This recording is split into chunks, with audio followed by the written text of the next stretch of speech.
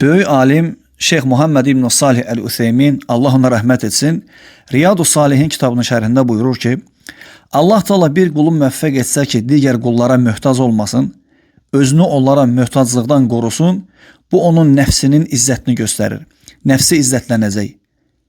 Çünki qulun Allahın digər qullarının əllərinə baxması, özünü onlara möhtac bilməsi, bu onun zəlilliyini və alçaqlığını göstərir.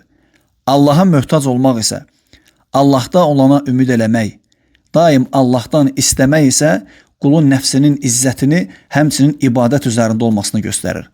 Həqiqətən də belədir. Peyğəmbər sallallahu aleyhi və səlləm də hədislərdə bu məsələni çox yerdə qeyd edib. Bir hədisdə buyurur ki, Peyğəmbər sallallahu aleyhi və səlləm İzhəd fid-dunya yuhibbəkəllah.